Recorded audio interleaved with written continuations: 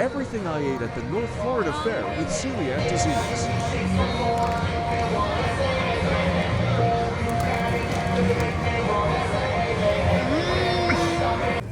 Mexican street corn.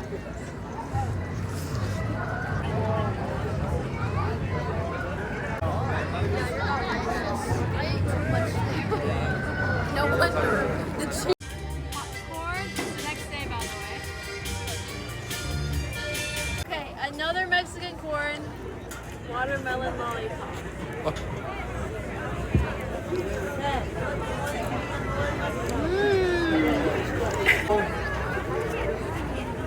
That's so good, bro. Okay.